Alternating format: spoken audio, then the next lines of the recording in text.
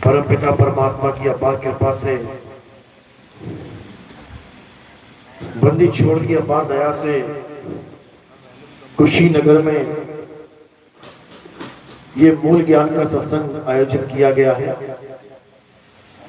बहुत बड़े भाग होते हैं उन जीवों के जो अपने पूरे जीवन काल में इस मूल ज्ञान को एक बार भी सुन पाते हैं, और उससे भी बड़े भाग होते हैं उन जीवों के जो इस मूल ज्ञान को थोड़ा सा भी समझ पाते हैं। क्योंकि सुनना आसान है, आए बैठे घंटा 2 घंटा सुन के चले गए, लेकिन इस ज्ञान को समझना बहुत मुश्किल है। ये ज्ञान केवल उनकी समझ में आता है जिस पर परम पिता परमात्मा की अपार कृपा हो, जिस पर बंदी छोड़ की मोहर लगी हो, केवल वही इस ज्ञान को समझ सकते हैं। अन्यथा सारी उम्र भी अगर तुम ये सत्संग सुनते रहोगे तब भी तुम्हें समझ नहीं आएगा नितिन दास बता क्या रहा है।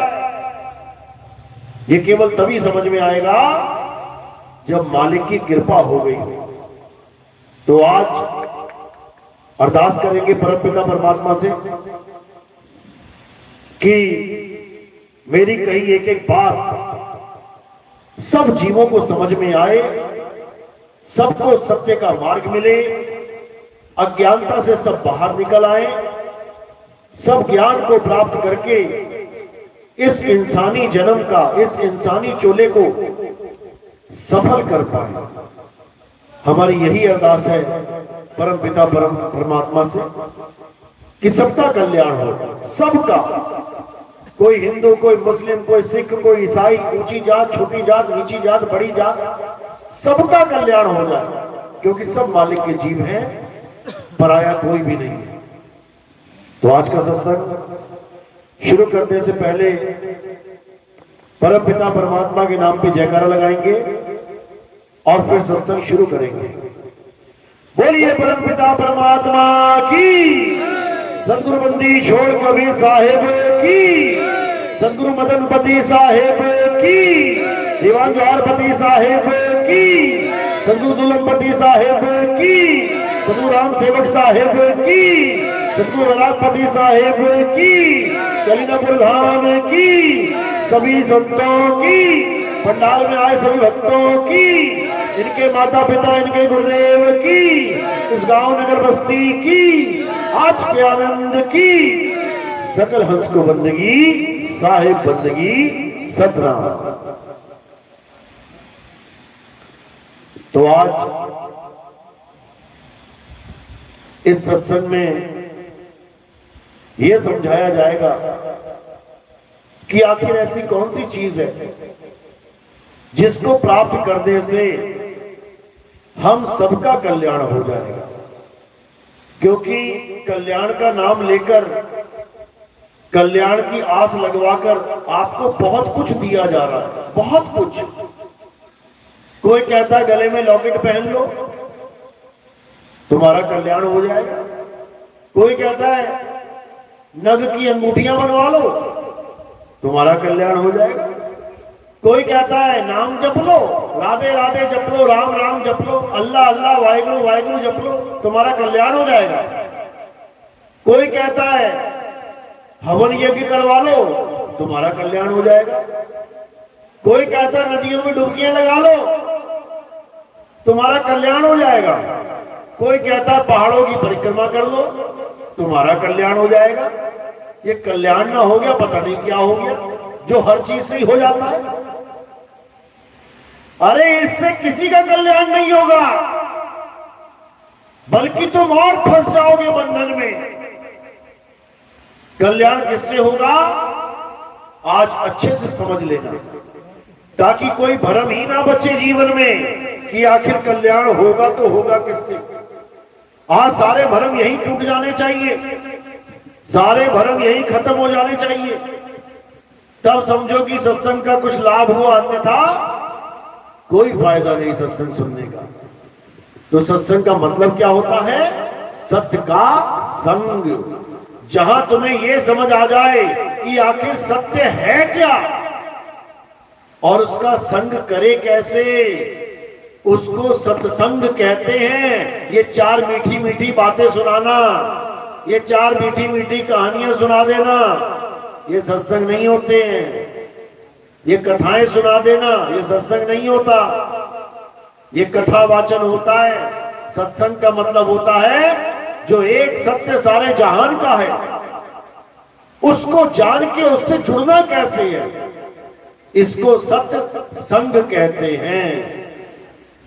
इसलिए वाणी में बोला गया, बिन सत्संग विवेक न होई, राम कृपा बिन सुलभ न सुन। यानी जब तक तुम्हें कोई सत्य बताने वाला नहीं मिल गया, तब तक तुम्हारा विवेक जागेगा ही नहीं। तुम झूठ के साथ ही संग करते रह जाओगे, तुम इन मंत्रों जंत्रों में उलझे रह जाओगे, तुम इन नदियों नालियों में उलझे रह जाओगे, तुम इन पत्थरों पहाड़ों में उलझे रह जाओगे, तुम इस नाशवान जगत में उलझे रह जाओगे। तो करना क्या है? अब सत्य को जानना है। सत्य क्या है? और इस पूरे ब्रह्मांड का एक ही सत्य है। उसी को सत्य करतार कहते हैं, उसी को सत्य श्री अकाल कहते हैं, उसी को सत्य साहिब कहते हैं, उसी को सतनाम कहते हैं।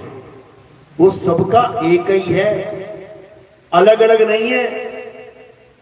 लेकिन उस सतनाम को कोई जान नहीं पा रहा है, क्योंकि कोई बताने वाला नहीं मिल रहा है। जपवाने वाले हजारों मिल रहे हैं, सतनाम सतनाम सतनाम जपवाने वाले गली गली में बैठे हैं, कहीं भी नाम ले लो। लेकिन सतनाम है क्या, ये बताने वाला कोई नहीं मिल रहा। और जब तक इस सतनाम का भेद तुम्हें समझ में नहीं आ गया, तब तक तुम सारी उम्र सतनाम सतनाम जपते रहो, तब भी तुम पार नहीं हो सकते। क्योंकि सतनाम कोई जाप है ही नहीं, सतनाम एक भेद है। इसीलिए कबीर साहब समझा रहे हैं, सतगुरु सोई सतनाम बतावे, और बाकी गुरु कोई काम ना आवे। सतगुरु वो है जो सतनाम बता दे कि सतनाम होता क्या है, जपवा दे नहीं। सतनाम दो शब्दों से मिला है, बना है, एक सत्य और एक नाम। सत्य का मतलब सच्चा, नाम का मतलब नाम, यानी सच्चा नाम। ये हमें जानना है कि सच्चा नाम कौन सा है। लेकिन ऐसे गुरु मिल गए जिन्होंने क्या जपवा दिया, जपो बेटा सच्चा नाम सच्चा नाम सच्चा नाम सच्चा नाम। सारी उम्र जप रहे हैं सच्चा नाम सच्चा नाम। अरे सच्चा नाम नहीं जपना है, सच्चा नाम है क्या ये जानना है। तो कबीर सागर में इस सतनाम का जिक्र है। 1 नंबर पेज, यानी ग्रंथ खोलते ही सबसे पहली लाइन क्या लिखी गई है? सत्य नाम है सार, बूझो संत विवेक करी, उतरो भवजल पार, सतगुरु का उपदेश यही। यानी कबीर साहब समझा रहे हैं कि सत्य नाम है सार। सार का मतलब होता है जिसका कभी खंड नहीं होता, खंडन नहीं होता।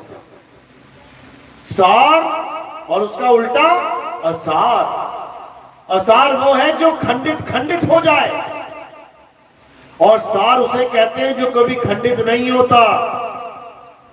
तो कहते हैं सतगुरु ऐसा चाहिए और जैसा सूप सुहाए, सार सार तो गही रहे और थोथा दे उड़ाए। थोथा यानी असार, यानी हमें ऐसा सतगुरु चाहिए जो सार सार तो गही रहे, जो सार को ग्रहण करके अपने शिष्यों को भी पकड़ाए और असार रूपी थोथे को उड़ा दे। तो सार क्या है? सत्य नाम है सार। यानी ऐसा गुरु मिल जाए जो हमें सतनाम का भेद बता दे और उसके अलावा सब कुछ आसार है उसे छुड़वा दे। यही मदन साहिब समझा रहे हैं। सोई गुरु पूरा कहावे, जो दो अक्षर का भेद बतावे, एक छुड़ावे एक लखावे, तब प्राणी निज घर को जावे। कहते हैं ऐसा गुरु चाहिए हमें, ये 5 नाम 7 नाम 10 नाम देने वाला नहीं, ये जाप अजपा अनहद नाद देने वाला नहीं। हमें ऐसा गुरु चाहिए जो 2 अक्षर का भेद बताए। कौन कौन से 2 अक्षर? एक अक्षर जो जीभ से बोले जाते हैं, मुख से बोले जाते हैं, और दूसरा अक्षर जो मुंह से नहीं बोला जाता, जो इंसान पैदा नहीं कर सकता, जो सदा सदा से है, जिसे आदि अक्षर बोला जाता है। तो कहते हैं दोनों प्रकार के अक्षरों का भेद समझाने वाला वही सतगुरु होता है। तो कह रहे हैं सोई गुरु पूरा कहावे, जो 2 अक्षर का भेद बतावे, एक छुड़ावे। यानी जो नकली नाम हैं, जो मुख से बोले जाने वाले, इस जीभ से बोले जाने वाले नाम हैं, वो सब छुड़वा दे, एक छुड़ाए और एक लखाए।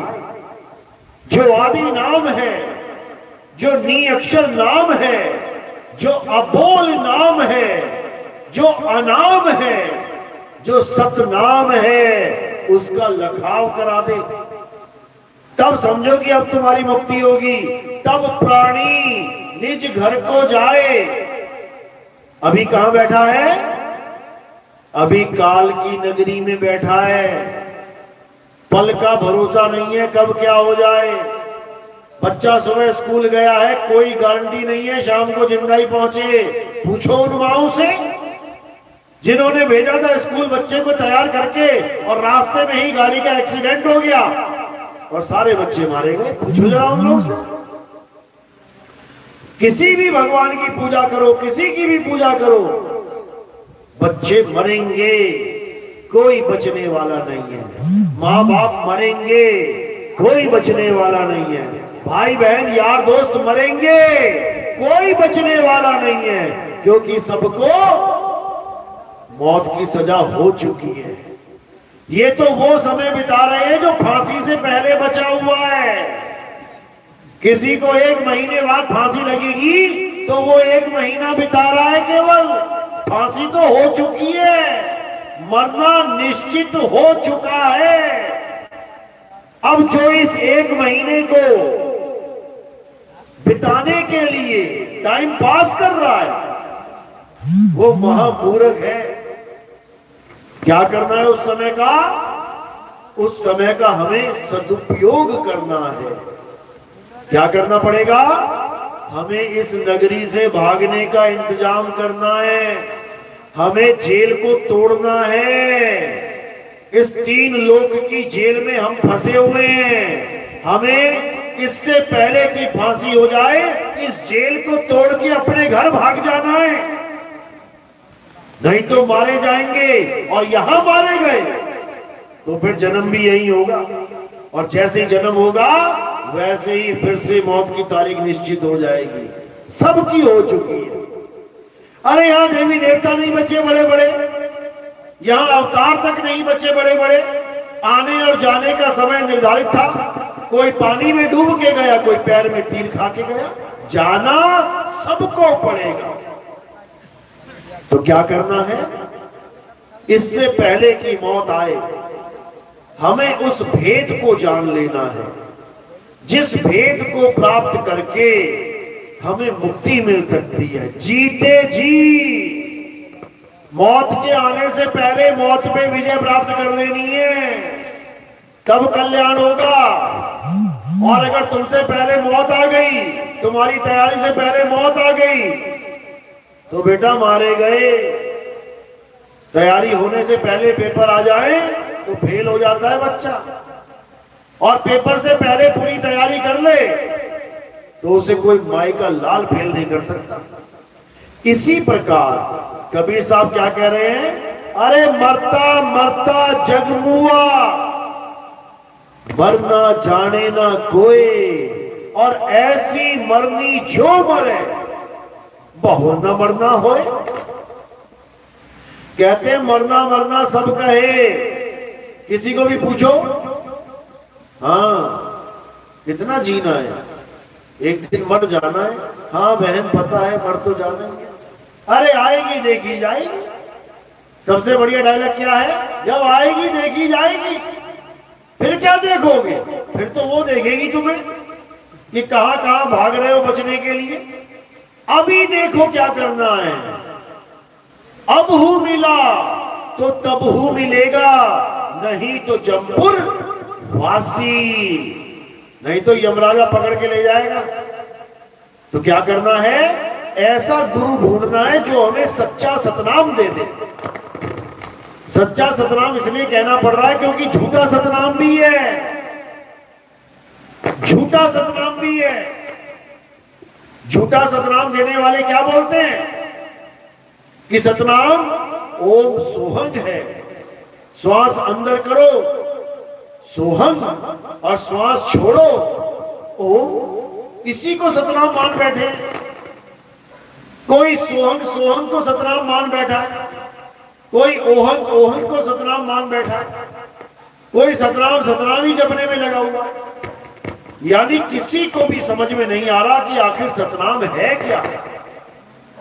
लेकिन कबीर साहब समझा रहे हैं, सत्य नाम को सिमर के तर गए पतित अनेक, और तेही कारण नहीं छोड़िए एक सत्य नाम की टेक। यानी सत्य नाम के अलावा और किसी नाम पे भरोसा मत करना, सब नकली नाम है, सब जाली नाम है। मात्र एक सतनाम ही सच्चा नाम है जो बोलने लिखने पढ़ने में नहीं आता, नहीं आता वो। क्योंकि बोलने लिखने पढ़ने वाले सारे नाम 52 अक्षरी नाम है। तो कबीर साहब समझा रहे हैं 52 अक्षर लोक त्रय, यानी इन तीनों लोकों में जो कुछ भी दिख रहा है ये सब 52 के अंतर्गत है, हर चीज का नाम रखा गया है। अरे 52 अक्षर लोक त्रय, सब कुछ इन्हीं माही, ये आखर खिल जाएंगे वो आखर इनमें नहीं। यानी ये 52 अक्षर खिल जाएंगे, खत्म हो जाएंगे, मर जाएंगे, वो आदि अक्षर इनमें नहीं आता। तो साहिब समझा रहे हैं वाणी में, जाप मरे अजपा मरे, अनहद भी मर जाए, सुरत समाए शब्द में और वक्त को काल ना खाए। सुरत समाए शब्द में वाको काल ना खाए। क्या मतलब है इसका? यानी आज तक जो हमें इन गुरुआ लोगों ने जाप पकड़ा दिए, हिंदू है तो राम राम जप ले, राधे राधे जप ले, ओम नमः शिवाय जप ले, ओम नमः भगवते वासुदेवाय जप ले। मुसलमान है अल्लाहु अल्लाहु जप ले, या खुदा जप ले। सिख है तो वाहिगुरु वाहिगुरु जप ले, सतनाम सतनाम जप ले। ईसाई है तो हालेलुया कर ले, गॉड गॉड जप ले, यहोवा यहोवा जप ले। सबने हमें 52 अक्षरों में फंसा दिया। ये मुंह से बोले जाने वाले नाम, ये कान से सुने जाने वाले नाम, ये कलम से लिखे जाने वाले नाम, इसी में उलझा दिया सबने। जबकि हमें चाहिए क्या था? हमें आत्मज्ञान चाहिए था, और हमें पकड़ा क्या दिया? मंत्र ज्ञान। इतना बड़ा धोखा हो गया जीव के साथ। जिसको आत्म तत्व की प्यास थी उसे नामों के साथ जोड़ दिया गया। जो जन्मों जन्मों से प्यासा था उसे पानी के नाम जपवा दिए गए, पानी पिलाया नहीं गया। इसीलिए कबीर साहब को इस संसार में आना पड़ा, उस सतनाम का भेद समझाने के लिए, उस तत्व का ज्ञान करवाने के लिए। और उन्होंने आकर 52 अक्षरों के खिलाफ एक मुहिम छेड़ दी। क्या कहते हैं? 52 अक्षर जोरे आन, सक्या न अक्षर एक पहचान, सत का शब्द कबीरा कहे, पंडित होए सो अनभय रहे, पंडित जन को एव व्यवहार, और ज्ञानवंत को तत्व विचार, जाके जीव जैसी बुद्धि होई, और कहे कबीर जानेगा सोई। कहते हैं 52 अक्षर जोरे आन, यानी जितने भी धर्म के ठेकेदार बने बैठे हैं, ये जितने भी गुरु लोग हैं, इन्होंने क्या किया? इन्होंने अपने अपने नाम बनाने शुरू कर दिए। तभी तो ये एक जैसा नामदान नहीं देते। 1000 गुरु हैं, हजारों के पास जाओगे तो 1000 तरह का नाम दे देंगे। नाम बनाने की फैक्ट्री लगा रखी है इन लोगों ने। जब परमात्मा की बात करो, परमात्मा कितने हैं तो कहते हैं एक है। अरे जब परमात्मा एक है तो तुम लोग एक नाम क्यों नहीं ले लेते सब? कोई कह रहा ये नाम जप ले, कोई कह रहा वो नाम जप ले, कोई कह रहा राम राम जप ले, कोई कह रहा अल्लाह अल्लाह जप ले, कोई कह रहा वाहिगुरु वाहिगुरु जप ले, कोई कह रहा गॉड गॉड जप ले। कोई 2 नाम, कोई 5 नाम, कोई 7 नाम, कोई 10 नाम, कोई लाख नाम, करोड़ नाम बना के बैठ गए। और कबीर साहब क्या कहते हैं? कोटि नाम संसार में, इनसे मुक्ति ना होए, कुपत नाम सतपुरुष का, पूछे बिरला कोई। ये 52 अक्षरी नाम जोड़ जोड़ के, तोड़ तोड़ के, इससे कुछ होने वाला नहीं है। इससे जन्म बर्बाद होने वाला है। जितना मर्जी कर लो, अरे करते ही आयो। सतयुग में नाम जपे, त्रेता में नाम जपे, द्वापर में नाम जपे, आज भी यही बैठे हो कलयुग में। अगर नाम जपने से तुम्हारी मुक्ति हो जाती तो तुम सतयुग में ही मुक्त हो जाते, तुम त्रेता में मुक्त हो जाते, तुम द्वापर में मुक्त हो जाते। लेकिन आज भी यही बैठे हुए हो, इसका मतलब तुम्हारी मुक्ति नहीं हुई। और तुमने ऐसा कोई काम नहीं छोड़ा जो नहीं किया हो। हवन किए, यज्ञ किए, पूजा पाठ किए, गंगा जमुना स्नान कर डाला, पर्वतों की नदियों की परिक्रमा कर डाली, सब कुछ कर डाला जो भी आज तक करवाया गया। फिर भी यही के यही बैठे हो। और अगर फिर वही काम करोगे जो सतयुग त्रेता द्वापर में करते आए हो, क्या? नाम जाप, हवन यज्ञ, पूजा पाठ, नदियों की पर्वतों की परिक्रमा, अगर यही सब दोबारा किया तो फिर वापस आने के लिए तैयार रहना। इस बार हमने वो करना है जो आज तक हमने नहीं किया। क्या नहीं किया? आत्म तत्व को नहीं जाना, अब उसको जानना है। जिसके लिए गीता में भी कृष्ण जी ने क्या समझाया कि हे अर्जुन, जो अपनी आत्मा में रमण करते हैं, जो अपनी आत्मा में तृप्त हैं, जो अपनी आत्मा में संतुष्ट हैं, उनके लिए कोई धार्मिक कर्म कर्तव्य लागू ही नहीं होता। यानी उन्हें कोई पूजा पाठ करने की जरूरत नहीं, उन्हें कोई हवन यज्ञ करने की जरूरत नहीं, उन्हें कोई भी परिक्रमा करने की जरूरत नहीं, उन्हें कोई नाम जपने की जरूरत नहीं, कोई राम राम नहीं, कोई राधे राधे नहीं, कोई ओम नमः शिवाय नहीं, कोई अल्लाह अल्लाह नहीं, कोई वाहिगुरु वाहिगुरु नहीं, कोई कबीर कबीर नहीं, कोई सतनाम सतनाम नहीं, कोई नाम नहीं जपना। क्या करना है? अपनी आत्मा में रमण करना है, रम जाना है। जिसको कबीर साहब ने भी समझाया, जाप मरे अजपा मरे अनहद भी मर जाए, सुरत समाए शब्द में वाको काल ना खाए। अगर ये सुरत शब्द में समा जाए तो इसको काल नहीं खा सकता। लेकिन लोगों को पता ही नहीं है काल है क्या। वो काल को तो बिल्कुल बच्चा समझ के बैठे हैं कि काल नाम की कोई चीज नहीं है। अरे ये तीनों लोग उसके मुंह में हैं, ये तीन लोग अपने मुंह में रख के घूमता है वो, जिसको कबीर साहब ने समझाया। अरे तीन लोग एक जेल है, पाप पुण्य दो जाल, सारा जग भोजन बना और खाने वाला काल। ये ऐसा खतरनाक है, किसी को नहीं छोड़ता, ये किसी को नहीं छोड़ता। क्या हिंदू, क्या मुस्लिम, क्या सिख, क्या ईसाई, क्या जैन, क्या बौद्धिस्ट, भगवान को मानने वाला, भगवान को नहीं मानने वाला, ये किसी को भी नहीं छोड़ता। ऐसा खतरनाक है ये काल। लेकिन तुम्हें आवाज भी नहीं होने देता कि बेटा तुम्हारी मौत आने वाली है। कैसे? तुम्हें खेल खिलौनों में लगा देता है, तुम्हें झूठे सुख में लगा देता है। मेरे लड़के की शादी हो गई, वाह कितनी सुंदर दुल्हन आई है। मौत तेरे सिर पे खड़ी है और तुझे दूल्हे दुल्हन की पड़ी है। मेरे बेटे को नौकरी मिल गई, इसी में आनंद मना रहा है। मौत खड़ी है दोनों की, कभी भी ले जाएगा उठा के। मेरा धंधा बढ़िया चल पड़ा, बिजनेस अच्छा चल पड़ा, पैसा ही पैसा हो गया, यही रह जाएगा पड़ा हुआ और तुझे ले जाएगा कान पकड़ के। ये झूठे सुख की आस में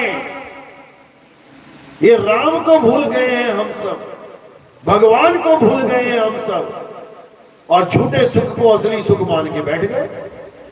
तो कबीर साहब समझा रहे हैं, झूठे सुख को सुख कहे, मान रहा मनमोद, ये जगत चबैना काल का, कुछ मुंह में कुछ गोद।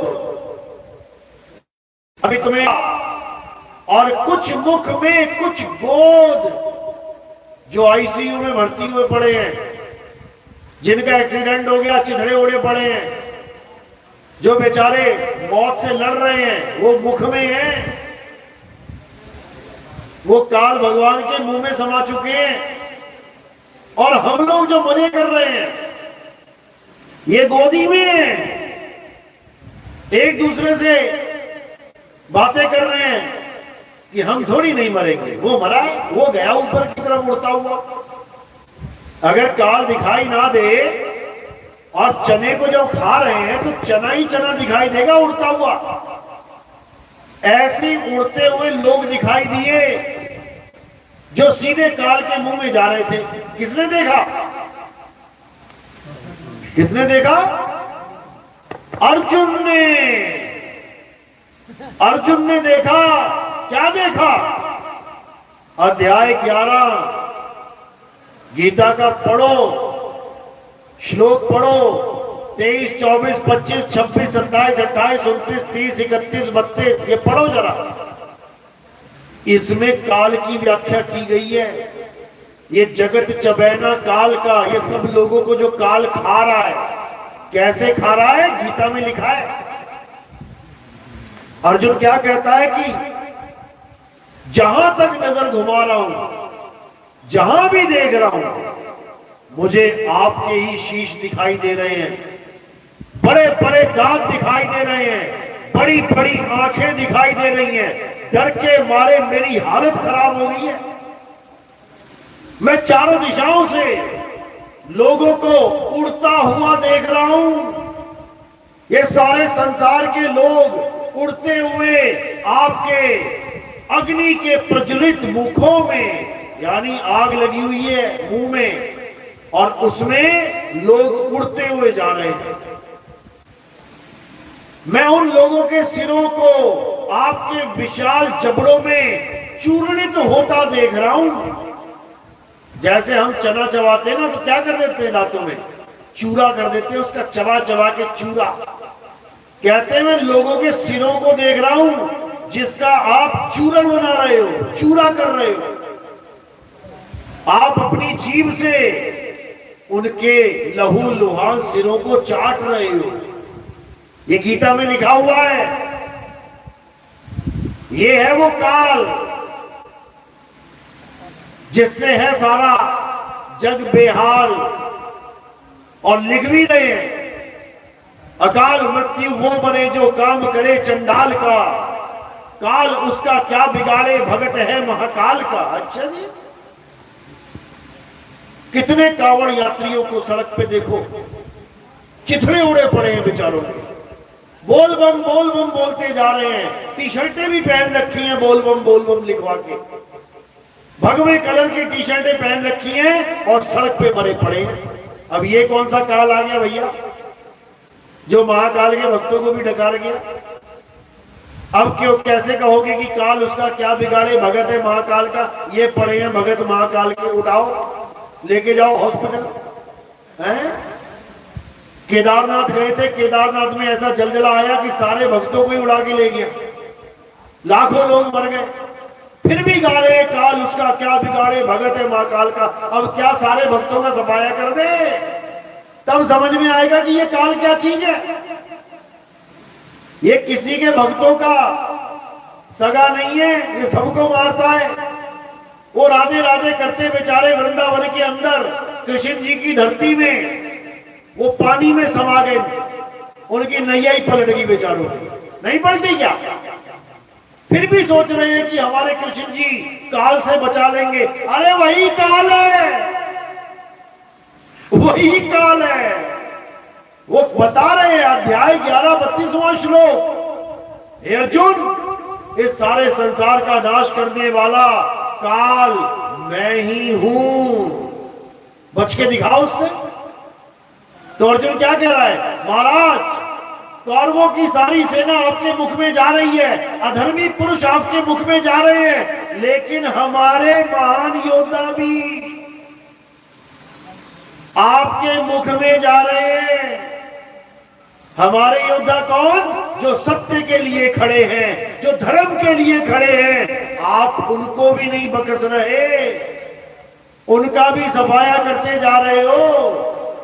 एक तरफ कह रहे हो कि मैं धर्म की स्थापना करने आता हूं और धार्मिक पुरुषों को ही मारते जा रहे हो। ये क्या चक्कर है भाई, यही है सबसे बड़ा चक्कर जिसने बना दिया सबको घन चक्कर। और ये चक्कर कैसे खत्म होगा, जब सतगुरु बंदी छोड़ कबीर साहब की बात तुम्हारे समझ में आ जाएगी। कबीर साहब समझा रहे हैं कि ये काल कैसे तुम्हारा पीछा छोड़ेगा। क्या कहते हैं, अरे बचना चाहो काल जाल से तो चीनो शब्द हमारा, और कहे कबीर अमर कर राखूं जो निज होए हमारा। कहते हैं इस काल भगवान की सबसे शातिर चाल ये है कि ये अपनी पूजा कराने के लिए जीवों पे अत्याचार करता है, यही अत्याचार करता है और फिर यही जीवों का सहारा बनके भगवान बन बैठता है। यानी खुद ही बस्ती में आग लगाता है और खुद ही फायर ब्रिगेड वालों को फोन करके पाइप लेके बस्ती की आग बुझाता है, फोटो खिंचवाता है और रातों रात सुपरस्टार बन जाता है। वाह भाई वाह भाई वाह, खुद ही आग लगाई और खुद ही पानी डाल के फोटो खिंचवाई और बन गया तू सबका साईं। अब ये छूट नहीं रहा लोगों से, वो शरीआम बोल रहा है मैं काल हूं, छोड़ के दिखाओ। कोई मालिक का विवेकी हंस होता है जो सत्य सत्य का निबेड़ा करके इस काल की भक्ति छोड़ के परम दयाल की भक्ति करता है। कोई बिरला हंस होता है मालिक का, नहीं तो अरे जहां भक्षक तहां ध्यान लगाई और जो रक्षक उसे चीन ना पाई। कबीर साहब कहते हैं जो शरेआम दिखा के खा रहा है और लिखवा भी रहा है, लिख इसमें कि मैंने इतने सब लोगों को खा लिया, पढ़कर भी नहीं समझ में आ रहा इस मूर्ख जीव को कि क्या इंसानों को खाने वाला भी भगवान होता है? बताओ, इंसानों को खाने वाला भी भगवान होता है? इतनी भी बुद्धि विवेक काम नहीं कर रही है। और गा रहा है तू प्यार का सागर है। बता, वो पकड़ पकड़ के मुंडी तोड़ रहा है और उसको कह रहे तू प्यार का सागर है। कमाल हो गई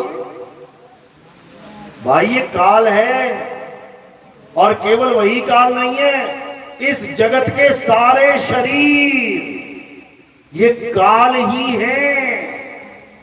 देव निरंजन सकल शरीरा, तामे भ्रम भ्रम रहल कबीरा। ये जितने भी शरीर हैं ये उसी काल भगवान के हैं। काल भगवान कोई एक नहीं है कि एक काल है कोई।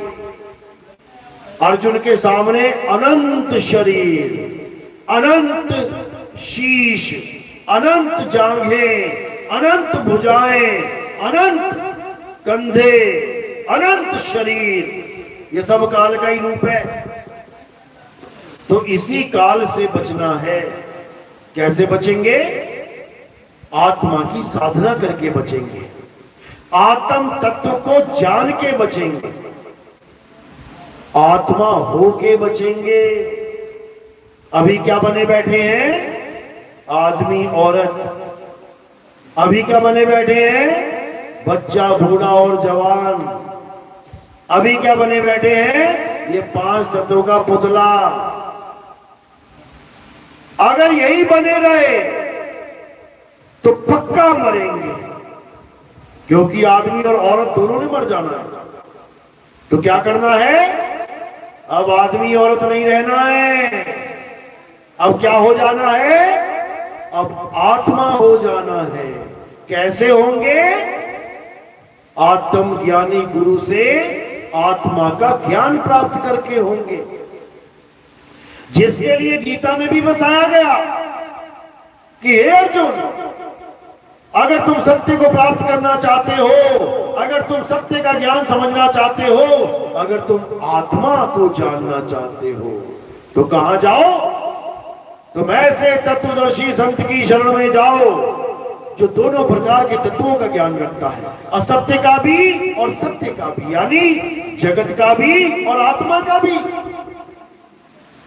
जगत का ज्ञान, जगत का तत्व छुड़वा देता है, इन पंच भौतिक तत्वों से पीछा छुड़वा देता है और आत्मा का तत्व लखा देता है। जब तुम आत्मा को जान लेते हो, आत्म तत्व को पहचान लेते हो, आत्म तत्व का अनुभव कर लेते हो, तब तुम्हें समझ में आ जाता है कि तुम ही आत्मा हो।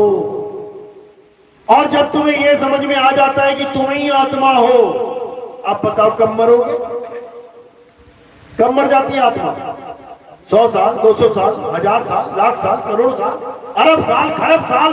अरे पूरी धरती पे तुम 000 लिखते चले जाना एक के बाद, तब भी तुम्हारी उम्र खत्म नहीं होगी, क्योंकि आत्मा अमर है, अजन्मा है, नित्य है, शाश्वत है, पुरातन है। ये आत्मा ही सत्य सनातन है। अध्याय 2 24वां श्लोक पढ़ लेना, यही लिखा है जो बता रहा हूं।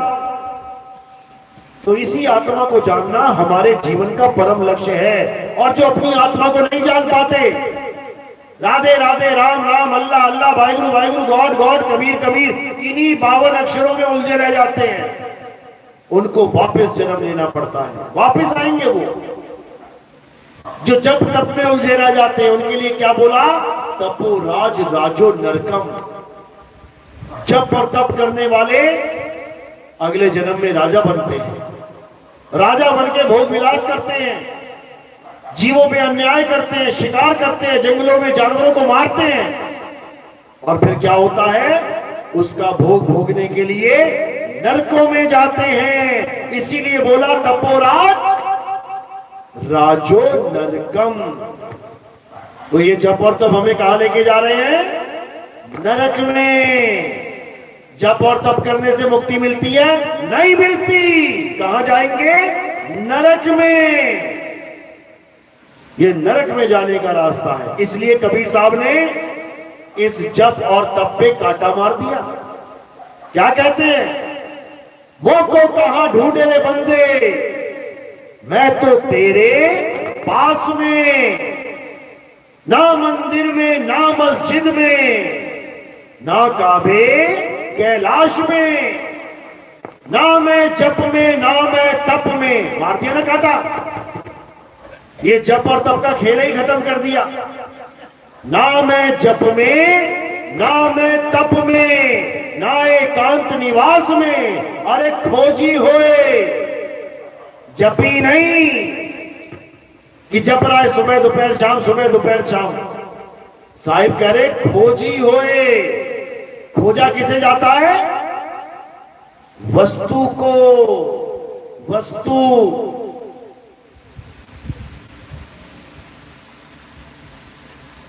तो कह रहे खोजी होए, तुरंत मिल जाऊं एक पल की तलाश में। बिल्कुल क्लियर कर दिया है कि लाइन में कि जपना तो है ही नहीं। ये ज्योत निरंजन ओंकार निरंकार सोहम सतनाम नहीं जपना है। सतपुरुष अकाल मूर्त शब्द स्वरूपी नाम नहीं जपना है। ओम सोहम नहीं जपना है। धन निरंकार मैं तेरी शरण बंदो बख्श ले नहीं जपना है। कोई भी नाम नहीं जपना है।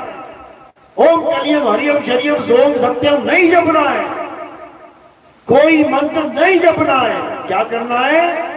खोजी होए, तुरंत मिल जाऊं। खोजी यानी जो खोजता है, ढूंढता है। कहते तुरंत मिल जाऊं। अब तुरंत क्यों बोला? क्योंकि वस्तु तेरे पास में है। जो वस्तु मेरे पास है और मैं उसको खोजने लग जाऊं तो यही मिल जाएगी अभी के अभी। और जो वस्तु दिल्ली में है तो अभी कैसे मिलेगी? इसका मतलब परमात्मा कहीं दूर नहीं है। परमात्मा कहां है? परमात्मा तेरे घट में विराजमान है।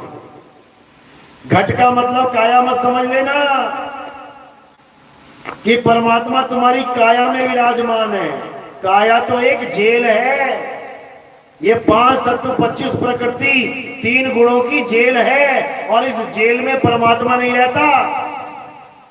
जेल में कौन रहता है? जीव। जीवात्मा रहती है जेल में, परमात्मा नहीं रहता जेल में। सूर्य की किरण पड़ती है घड़े में, सूर्य नहीं आ जाता घड़े में। समझो? तो कह रहे वही सूर्य की किरण घड़े में आके ऐसा फंस गई कि अपने आप को घड़ा मानने लग गई। ये मिट्टी के घड़े को अपना स्वरूप मानने लग गई।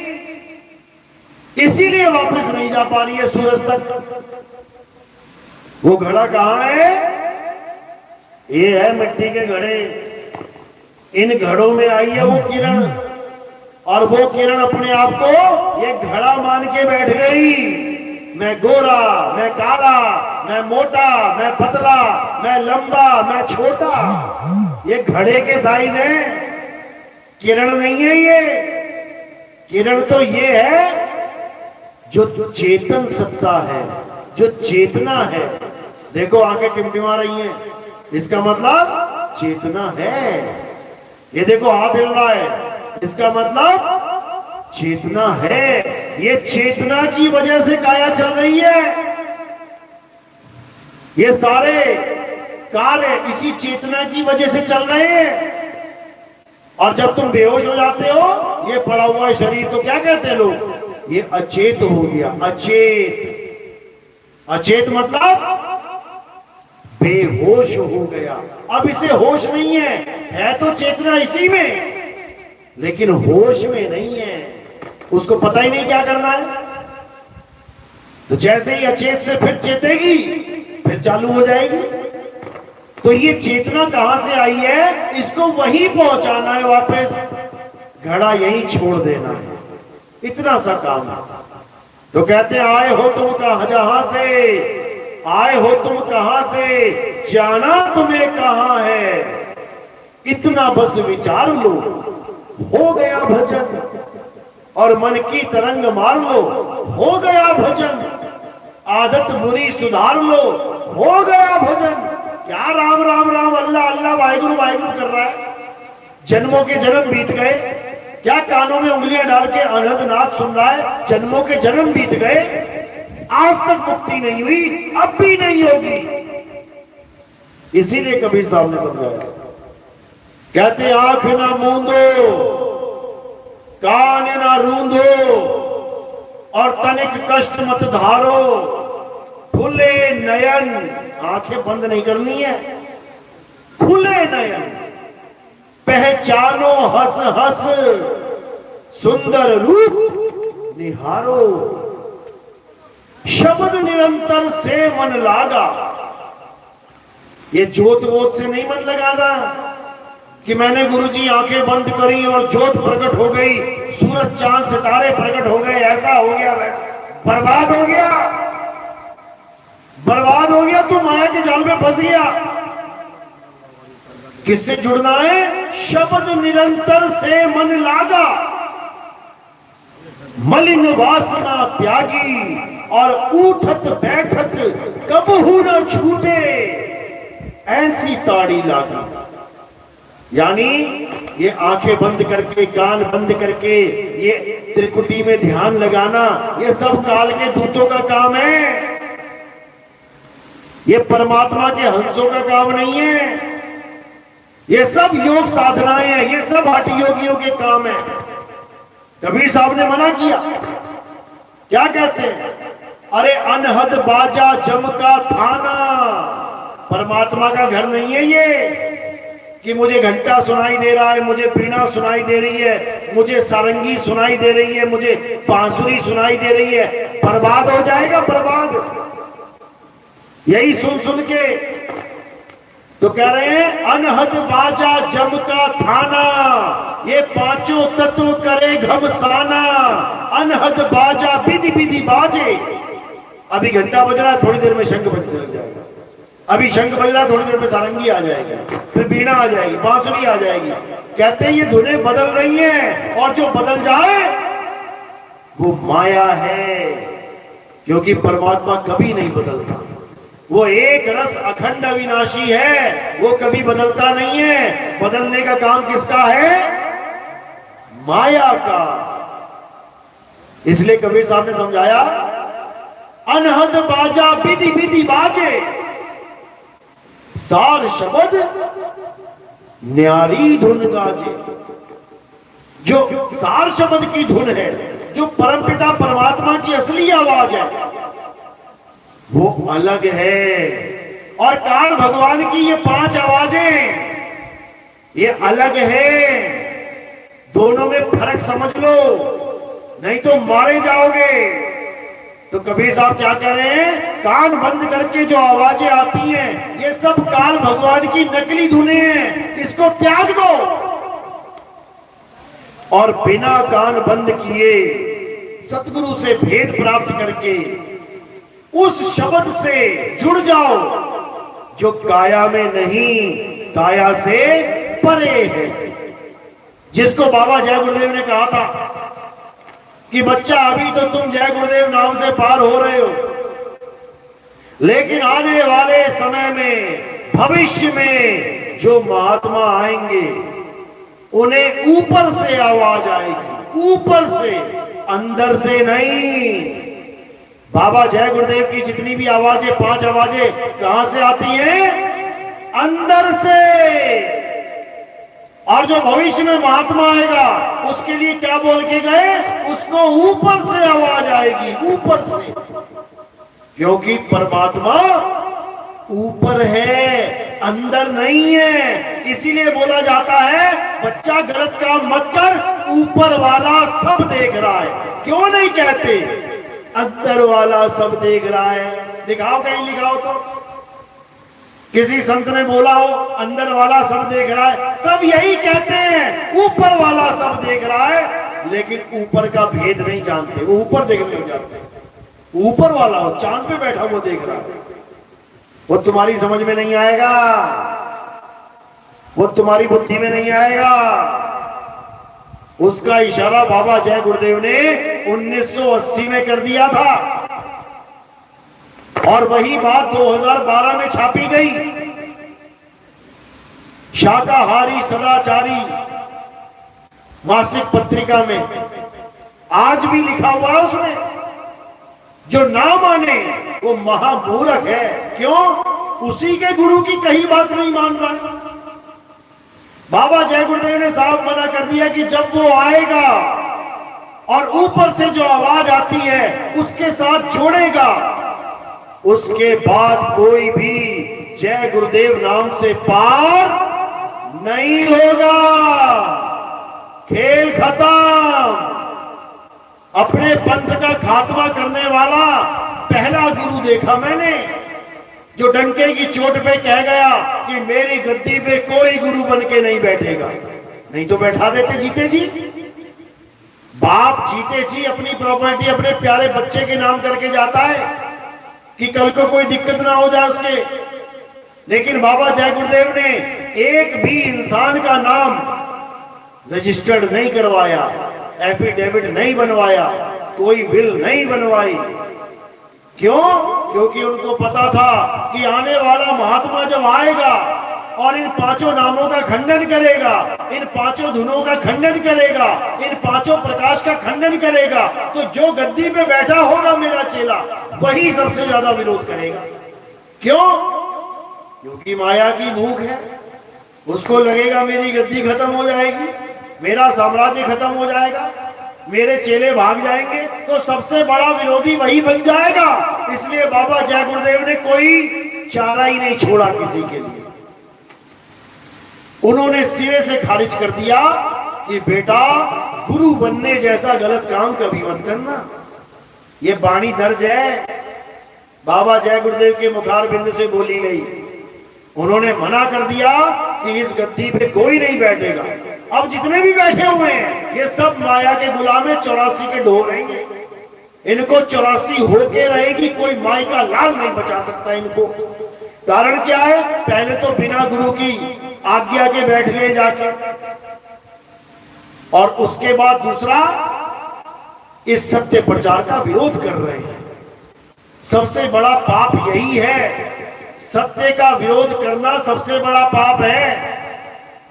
और ये केवल झूठे गुरु करते हैं। ऐसा नहीं है कि हमारे पास पंथों के गुरु नहीं आते नाम दीक्षा लेने। 50 गुरु आ चुके हैं, अपने अपने चेलों को लेके आ चुके हैं। हजारों हजारों चेले जिनके बने बैठे हैं वो भी आके दीक्षा लेके अपने चेलों को दीक्षा दिलवाई है उन्होंने। पाकिस्तान में भी एक गुरु बैठा हुआ है जिसने सारे चेले सामने खड़े कर दिए और सबको ऑनलाइन दीक्षा दिलवा दी। तो ऐसे गुरुओं को भी सलाम किया कबीर साहब ने। लेकिन जो सत्य का विरोध करते हैं ऐसे गुरुओं को लताड़ा भी है कबीर साहब ने। क्या बोला उनके लिए? उनको सिरे से झूठा गुरु साबित कर दिया कि ये झूठे गुरु हैं। उनके लिए क्या बोला गया? अरे झूठा गुरु अजगर बना, 184 जाए और सारी संगत चींटी बनी, तोड़ तोड़ के खाए।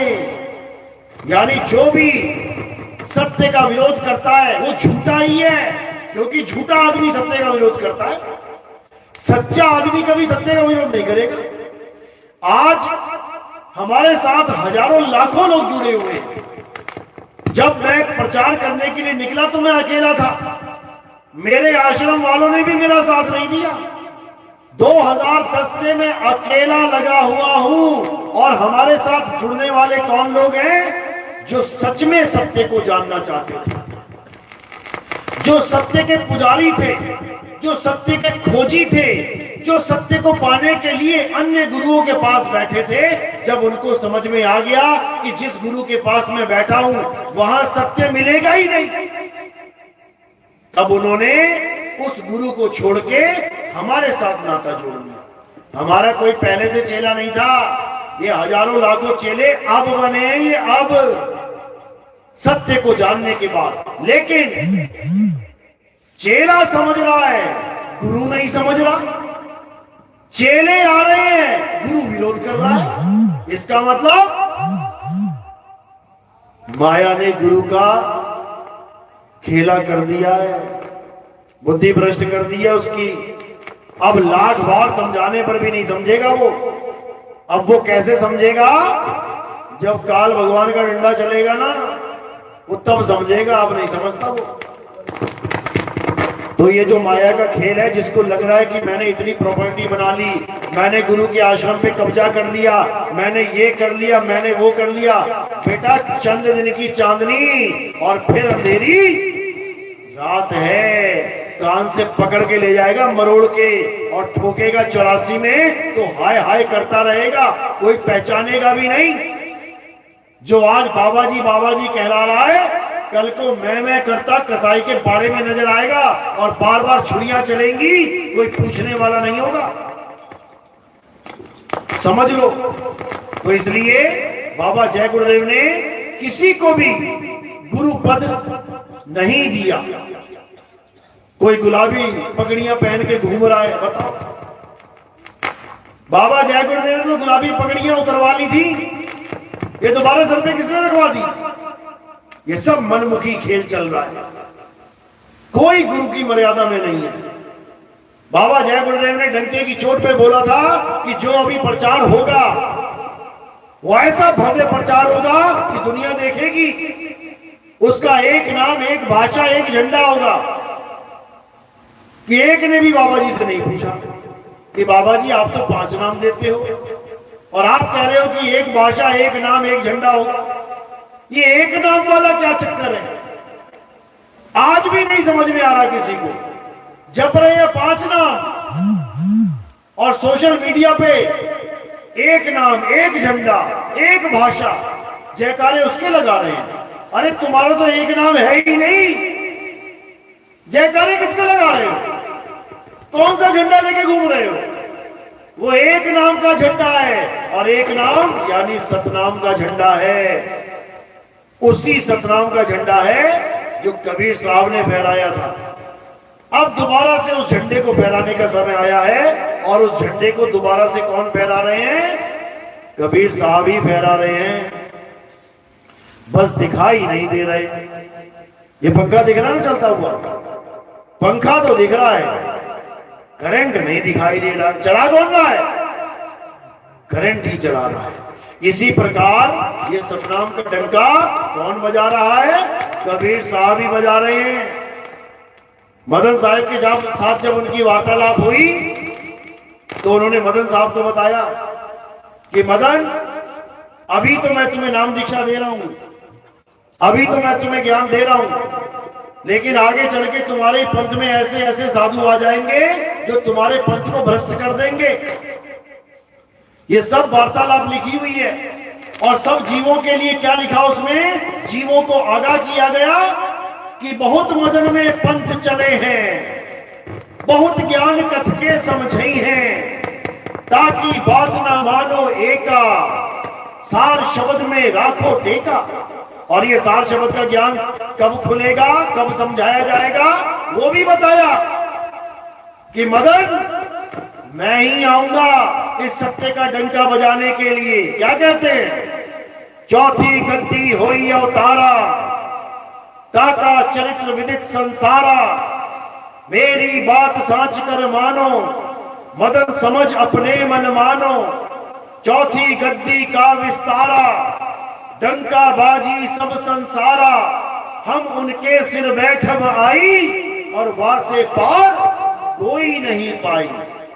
ये कबीर साहब के वचन मदन साहिब के लिए थे, जो हमारे बड़ैया गद्दी से, जो हमारी प्रथम आचार्य गद्दी है, वहां से प्रकाशपति साहिब ने ये ग्रंथ छपवाया था जिसका नाम था अभिनंदन। इस ग्रंथ का नाम कबीर वाणी, कबीर ज्ञान, कबीर शब्दावली क्यों नहीं रखा गया? क्योंकि इस ग्रंथ में साक्षात कबीर साहब का अभिनंदन किया गया है कि धन्य हमारे भाग जो आप वापस आए। यही गरीबदास जी को, यही धर्मदास जी को कबीर साहब ने बोला था कि मैं वापस आऊंगा, और कब आऊंगा इसका भी खुलासा किया था। 12 पंथ काल फुरमाना, भूले जीव न जाए ठिकाना, 13वें पंथ हम ही चले आए, सब पंथ मेट के एक पंथ चलाएं। तो बाबा जय गुरुदेव जो एक झंडे की बात कर रहे हैं ना, वो यही है। ये कबीर साहब ही चला रहे हैं इस पंथ को। ये शरीर, ये मिट्टी का शरीर, ये केवल इस्तेमाल हो रहा है। कहीं गलती से ये मत सोच लेना कि ये शरीर चला रहा है पंथ। बंदी छोड़ चला रहे हैं, वो बैठे हैं शीश के ऊपर, इसीलिए फूल सिर के ऊपर रखवाए जाते हैं। जिसको नहीं पता समझ लो अच्छे से, उनके चरणों में रखवाए जाते हैं ये फूल, तब आरती संपन्न होती है। हमारे यहाँ आरती किसी मिट्टी की मूर्ति की, किसी शरीर की आरती नहीं होती। हमारे यहाँ उस परम चेतन सत्ता की आरती होती है, उस सार शब्द अखंड पुरुष की आरती होती है। समझो बात को। तो अब क्या करना है? अब उस अखंड को जानना है। अखंड यानी जिसका कभी खंडन ना हो, और पाखंड को छोड़ना है। पाखंड यानी प्राप्त की हुई वस्तु जो खंडित खंडित हो जाए, पाखंड, उसको छोड़ दो और अखंड से नाता जोड़ लो। मेरी बात समझ में आ रही है कि हवा में जा रही है? किस किस के समझ में आ रही है? हाथ खड़ा करो जरा। क्या बात है, बहुत बढ़िया, बहुत बढ़िया। तो ये जब समझ में आ जाती है बात, तब समझो कि अब मालिक की कृपा हो गई। अब आपको क्या करना है? अब आपको केवल वो भेद प्राप्त करना है, जिस भेद के द्वारा आपको ऐसी साधना मिलती है कि उठत बैठत लेटत जागत सोवत वो साधना चलती रहेगी। इसी को बोला है नाम उठत नाम बैठत नाम आठों जाम रे। आठों पहर, ये वो माला वाला काम नहीं है कि गुरुजी ने माला दे दी है, 8 माला करनी है, 10 माला, खेल खत्म माला का। अरे माला तो कर में फिरे और जीव फिरे मुख माही, मनवा दसों दिशी फिरे, ये तो सिमरन नाही। अरे माला फेरत जुग भया, मिटा न मन का फेर, कर का मन का फेंक के, इस मन का फेर।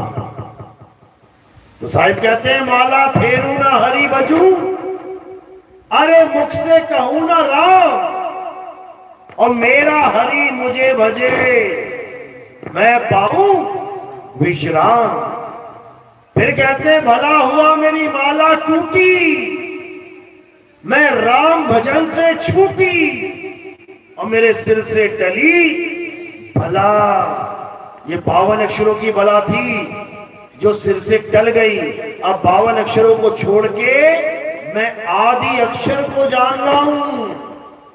इन 52 अक्षरों को जो जीव से बोले जाते हैं, इसको छोड़ के मैं आदि अक्षर अजर में अक्षर अविनाशी को जान रहा हूं। तो कह रहे हैं 52 अक्षर जीव आधारा और आदि अक्षर जीभ्या से न्यारा, उसको जानना है। तो आज का सत्संग यही समाप्त करते हैं। और अब आरती का समय, आरती कैसे करनी है समझ लो। थोड़े से फूल उठाने हैं और मेरे सिर के ऊपर रख देने हैं। सिर के ऊपर क्यों रखने हैं? क्योंकि पैर के अंगूठे से लेकर सिर की चोटी तक ये नाशवान शरीर है, मिट्टी में मिल जाएगा। तो ये फूल कहां समर्पित करने हैं? काया से परे। जब हम इसको काया से परे समर्पित कर देते हैं तो ये कहां समर्पित हो जाते हैं? ये आत्म देव के चरणों में समर्पित हो जाते हैं। इसी आत्म देव की आरती होगी, इसी आत्म देव की आरती होगी, और सबने आरती करनी है। और उसके बाद नाम दीक्षा होगी। जो भी नाम दीक्षा लेना चाहता है वो सत्संग के बाद मिले। प्रथम दीक्षा, दूसरी दीक्षा जो भी है सत्संग के बाद होगी।